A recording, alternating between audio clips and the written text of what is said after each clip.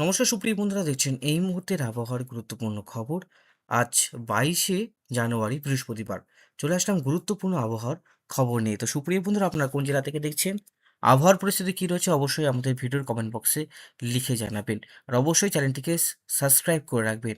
তো সুপ্রিয় বন্ধুরা, আমরা আজকে দেখব কোন কোন অঞ্চলে আবার শৈত্যপ্রবাহ চলবে, কোন কোন অঞ্চলে তাপপ্রবাহ চলবে, কোন কোন অঞ্চলে ঝড় বৃষ্টির সম্ভাবনা রয়েছে। সব কিছুই প্রতিবেদনে আপনাদেরকে তুলে ধরবো। অবশ্যই আপনারা কিন্তু ভিডিওটাকে সম্পূর্ণ দেখবেন আর অবশ্যই চ্যানেলটিকে সাবস্ক্রাইব করে রাখবেন। তো এই মুহূর্তে উপগ্রহ চিত্র আমরা লাইভ স্ক্রিনে দেখতে পাচ্ছি। আর উপগ্রহ চিত্রে লক্ষ্য করতে পারছি বঙ্গোপসাগর, এটা হচ্ছে বঙ্গোপসাগর, এটা হচ্ছে আরব সাগর।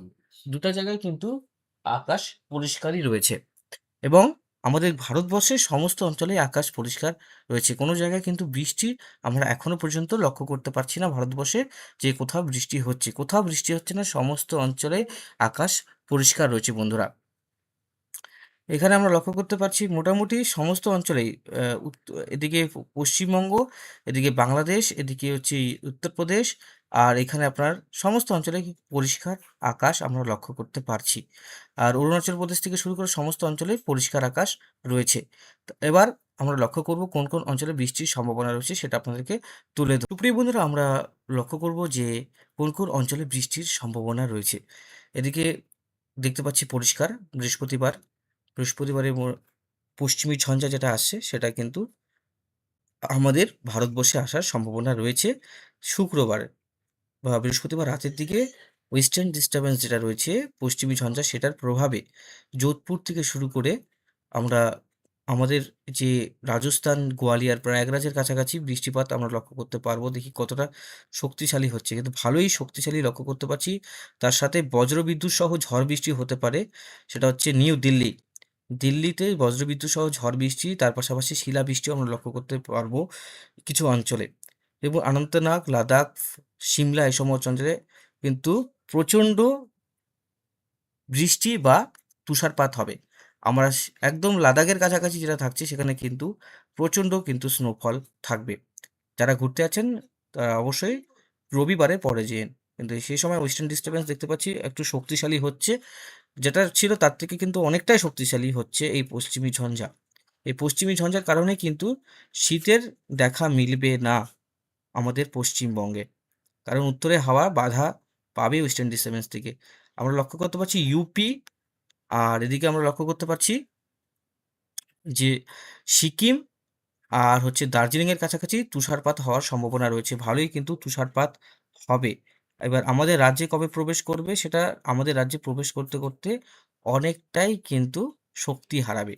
তখন সেটা একদম পাহাড়ের উপরে গিয়ে হালকা তুষারপাত করতে পারে সিকিমের দিকে, এবং লাচুং, ইয়ামথাং ভ্যালি এই সমস্ত অঞ্চলে কিন্তু হালকা তুষারপাত হতে পারে। খুব একটা বেশি হবে না, যেটা হবে ঠিক পশ্চিমী যে অঞ্চলগুলো রয়েছে তার পাশাপাশি এদিকে প্রয়াগরাজ, আগ্রা, দিল্লি, তারপরে এদিকে সিমলা, তারপরে হচ্ছে অনন্তনাগ, তারপরে হচ্ছে জম্মু, তারপরে কাশ্মীর, সমস্ত অঞ্চলে কিন্তু ভারী তুষারপাত আমরা লক্ষ্য করতে পারবো শুক্রবার এবং শনিবার। এই দুদিন ভারী তুষারপাত হবে। রবিবারেও কিন্তু তুষারপাত আমরা লক্ষ্য করতে পারবো।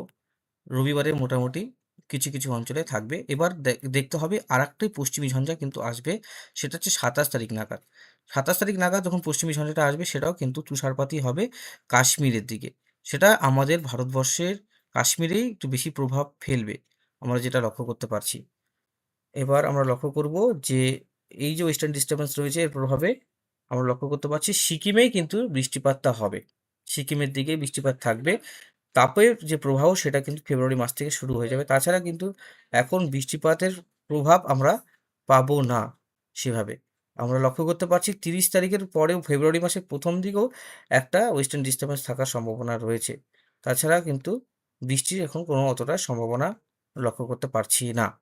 আমি বুঝতে পারলাম যে ওয়েস্টার্ন ডিস্টার্বেন্সের কারণে শীতের যে প্রভাব সেটা থাকবে না এবং এর পরিবর্তে থাকবে তাপপ্রবাহ। এবার আমরা যাব এক্সট্রিম ফরকাস্টে, সেখানে গিয়ে দেখব যে কোনো জায়গায় কি এক্সট্রিম গরম পড়বে কিনা বা ঠান্ডা পড়বে কিনা, এটা সবার কাছে প্রশ্ন। এবার আমরা লক্ষ্য করতে পারছি গোটা উত্তরবঙ্গে কিন্তু গরম আমরা প্রভাব লক্ষ্য করতে পারছি। আলিপুরদুয়ার, জয়গাঁও, দিনের বেলা যে রোদটা উঠছে সেটা কিন্তু অনেকটাই হিট বেশি দিচ্ছে। সেদিকে কলকাতার দিকেও আমরা লক্ষ্য করতে পারছি যে হিট কিন্তু বেশি রয়েছে। বৃহস্পতিবারও আমরা লক্ষ্য করতে পারছি সেম। বৃহস্পতিবার, শুক্রবার, শনিবার একটা তাপপ্রবাহ লক্ষ্য করতে পারছি। 25 তারিখ, 26 তারিখ, তারপরে 26 তারিখেও আবার একটা এক্সট্রিম আমরা দেখতে পাচ্ছি ঠান্ডা। 26 তারিখে ঠান্ডা আমরা আবার লক্ষ্য করতে পারছি। তাহলে 26 তারিখে আবার একটা স্পেল আসবে। শীতের লাস্ট স্পেল, যেটা 2 দিন কন্টিনিউ করবে। 2 দিনের পরে কিন্তু আবার সেই গরম পড়ে যাবে। 2 দিন কিন্তু শীত আমরা আবার পাচ্ছি। সেটা হচ্ছে জানুয়ারির লাস্টের দিকে 3 থেকে 4 দিন আবার একটু ঠান্ডার হাওয়া বা বায়ুপ্রবাহ হবে। তারপরে কিন্তু একদম ঠান্ডার বিদায়। তাহলে আমরা কবে ঠান্ডার বিদায়? সেটা হচ্ছে সোমবার 26 তারিখ এবং 27 তারিখ, 28, 29, 30, এই যে মাসটা থাকবে, এই 4 থেকে 5 টা দিন আমরা শীত অনুভব করব। তারপরে কিন্তু একদমই শীতের দেখা আর মিলবে না। তো আমরা জানতে পারলাম যে কবে শীত বিদায় নিবে। এবার আপনাদেরকে দেখাবো বৃষ্টির পরিমাণ। যে কোনো জায়গায় বৃষ্টি যদি হয় সেটা আমরা লক্ষ্য করতে পারি। এখান থেকে আমরা যদি দেখি 26 তারিখ পর্যন্ত, সেটা কিন্তু অনেকটাই দেখতে পাচ্ছি মোটামুটি। দেখিনি ভালো মতন, নেই। বৃষ্টি কিন্তু নেই বন্ধুরা। 26 তারিখ পর্যন্ত আমরা বৃষ্টি, দেখুন এই অঞ্চলগুলোতে বৃষ্টি থাকছে। কোথায়, কোথায় বৃষ্টি থাকছে দেখতে পাচ্ছেন? গ্যাংটক, দার্জিলিং, সিকিম, পশ্চিমে যে এই জেলাগুলো রয়েছে দেখুন, এই দেখুন 1 ইঞ্চি, 2 ইঞ্চি, এদিকে আবার 3 ইঞ্চি কাছাকাছি বৃষ্টি রয়েছে। ওটা পশ্চিমবঙ্গ কিন্তু পরিষ্কার। বরং চেন্নাইয়ের দিকে আবার বৃষ্টির সম্ভাবনা থাকছে। তো আমরা জানতে পারলাম যে আমাদের রাজ্যে এখনো পর্যন্ত বৃষ্টি আসছে না, কিন্তু পশ্চিমী ঝঞ্ঝা থাকছে। পশ্চিমী ঝঞ্ঝার প্রভাবে উত্তরের দিকে বৃষ্টি না হলেও মেঘলা আকাশ থাকবে। তারপরে কিন্তু আস্তে, আস্তে আবার পরিষ্কার হয়ে যাবে আকাশ। তো আজকের মতন এখানে সমাপ্ত করছি। ধন্যবাদ। ভালো থাকবেন এবং সুস্থ থাকবেন।